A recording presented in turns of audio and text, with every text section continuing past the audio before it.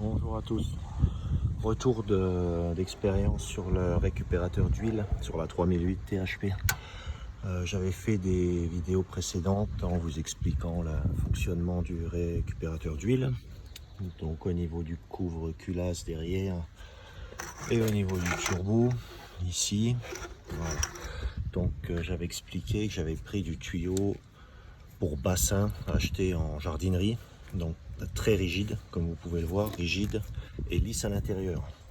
Donc ça a fonctionné un certain temps, sauf que au niveau de la sortie ici du cache culbuteur, là où l'huile ressort par les vapeurs, donc les vapeurs très chaudes, par ce petit embout là, donc c'est celui d'origine que j'ai récupéré.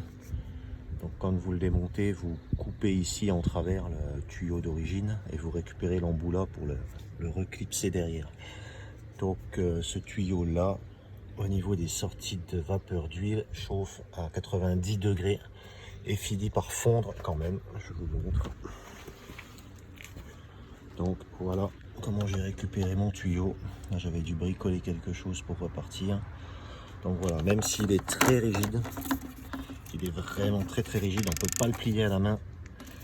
L'huile le chauffe de trop et voilà. Et comme il y a une aspiration, comme le moteur fonctionne en dépression, donc là-dedans il y a une forte aspiration qui va à l'admission.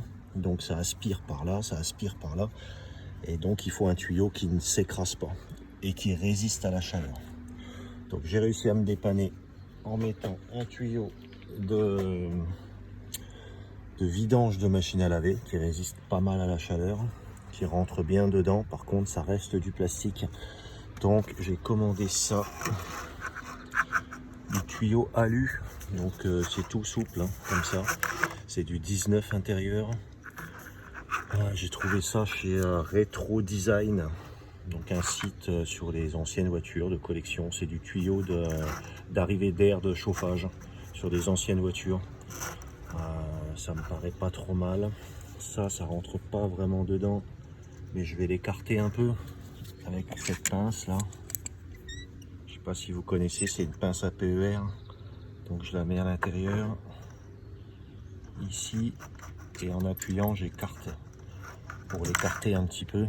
Je vais faire ça sans la vidéo parce que c'est compliqué. Et donc celui-ci il est tout souple, il est en alu, donc il va résister évidemment à la chaleur hein. L'alu c'est pas conducteur et du coup il peut pas s'écraser hein.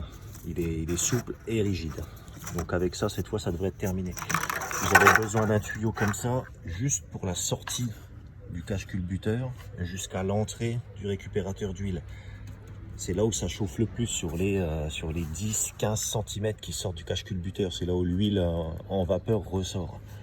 Après le reste, il n'y a pas de souci. Ça c'est le retour, donc c'est de l'air beaucoup plus frais. Il n'y a pas d'huile qui ressort ici.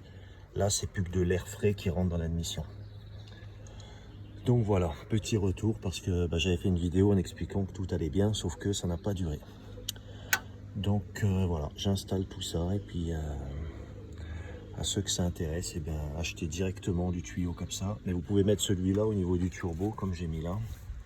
Là, il n'y a pas de souci. Ici, ça les vapeurs d'huile, ici, vous avez le morceau en plastique dur. Donc il n'y a pas de souci, ça résiste. Voilà, bon, allez, à plus tard.